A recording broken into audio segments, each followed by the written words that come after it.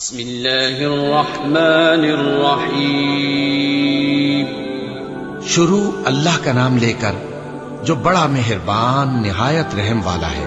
الف لام میم۔ اس میں کچھ شک نہیں کہ اس کتاب کا نازل کیا جانا تمام جہانوں کے پروردگار کی طرف سے ہے۔ کیا یہ لوگ یہ کہتے ہیں کہ پیغمبر نے اس کو از خود بنا لیا ہے؟ نہیں، بلکہ وہ تمہارے پروردگار کی طرف سے برحق ہے، تاکہ تم ان لوگوں کو ہدایت کرو جن کے پاس تم سے پہلے کوئی ہدایت کرنے والا نہیں آیا، تاکہ یہ رستے پر چلے۔ اللہ ہی تو ہے جس نے آسمانوں اور زمین کو اور جو چیزیں ان دونوں میں ہیں سب کو 6 دن میں پیدا کیا، پھر عرش پر جلوہ افروز ہوا۔ اس کے سوا تمہارا نہ کوئی دوست ہے اور نہ سفارش کرنے والا۔ کیا تم نصیحت حاصل نہیں کرتے؟ وہی آسمان سے زمین تک کے ہر کام کا انتظام کرتا ہے، پھر ہر کام ایک روز جس کی مقدار تمہارے شمار کے مطابق 1000 برس ہوگی اس کی طرف رجوع کرے گا۔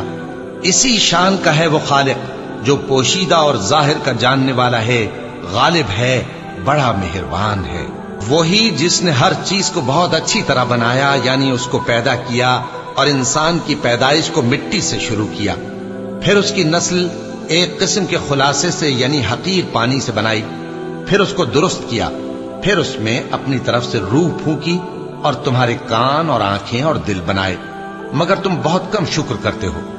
اور کہنے لگے کہ جب ہم زمین میں ملیا میٹ ہو جائیں گے تو کیا اثر نو پیدا ہوں گے؟ حقیقت یہ ہے کہ یہ لوگ اپنے پروردگار کے سامنے جانے ہی کے قائل نہیں۔ کہہ دو کہ موت کا فرشتہ جو تم پر مقرر کیا گیا ہے تمہاری روحیں قبض کر لیتا ہے، پھر تم اپنے پروردگار کی طرف لوٹائے جاؤ گے، اور تم تعجب کرو جب دیکھو کہ گناہگار اپنے پروردگار کے سامنے سر جھکائے ہوں گے اور کہیں گے کہ اے ہمارے پروردگار، ہم نے دیکھ لیا اور سن لیا، تو ہم کو دنیا میں واپس بھیج دے کہ نیک عمل کریں، بے شک ہم یقین کرنے والے ہیں۔ اور اگر ہم چاہتے تو ہر شخص کو ہدایت دے دیتے، لیکن میری طرف سے یہ بات قرار پا چکی ہے کہ میں دوزخ کو جنوں اور انسانوں سب سے بھر دوں گا، سو اب آگ کے مزے چکھو، اس لیے کہ تم نے اس دن کے آنے کو بھلا رکھا تھا۔ آج ہم نے بھی تمہیں بھلا دیا ہے، اور جو کام تم کرتے تھے ان کی سزا میں ہمیشہ کے عذاب کے مزے چکتے رہو۔ ہماری آیتوں پر تو وہی لوگ ایمان لاتے ہیں کہ جب ان کو ان کے ذریعے نصیحت کی جاتی ہے تو سجدے میں گر پڑتے اور اپنے پروردگار کی تعریف کے ساتھ تسبیح کرتے ہیں اور غرور نہیں کرتے۔ چونکہ آیت سجدہ تلاوت کی گئی ہے لہذا سامعین پر سجدہ واجب ہے۔ ان کے پہلو بچھونوں سے الگ رہتے ہیں، اس حال میں کہ وہ اپنے پروردگار کو خوف اور امید سے پکارتے اور جو کچھ ہم نے ان کو دیا ہے اس میں سے خرچ کرتے ہیں۔ سو کوئی شخص نہیں جانتا کہ ان کے لیے کیسی آنکھوں کی ٹھنڈک چھپا کر رکھی گئی ہے، یہ ان اعمال کا صلہ ہے جو وہ کرتے تھے۔ بھلا جو مومن ہو وہ اس شخص کی طرح ہو سکتا ہے جو نافرمان ہو؟ دونوں برابر نہیں ہو سکتے۔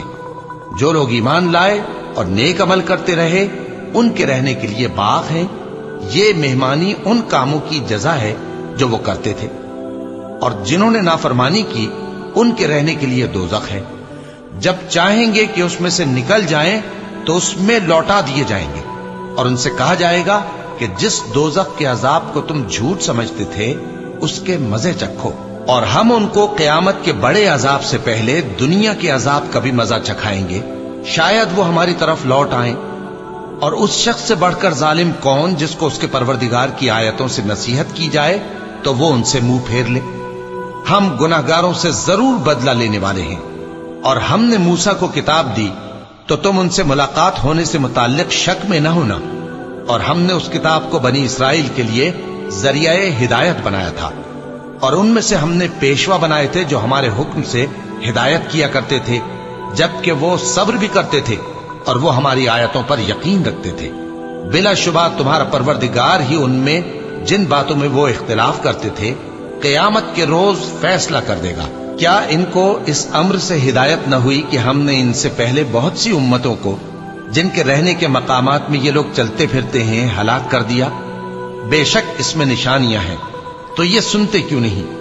کیا انہوں نے نہیں دیکھا کہ ہم بنجر زمین کی طرف پانی رواں کرتے ہیں، پھر اس سے کھیتی پیدا کرتے ہیں جس میں سے ان کے چوپائے بھی کھاتے ہیں اور یہ خود بھی کھاتے ہیں؟ تو یہ دیکھتے کیوں نہیں؟ اور کہتے ہیں اگر تم سچے ہو تو یہ فیصلہ کب ہوگا؟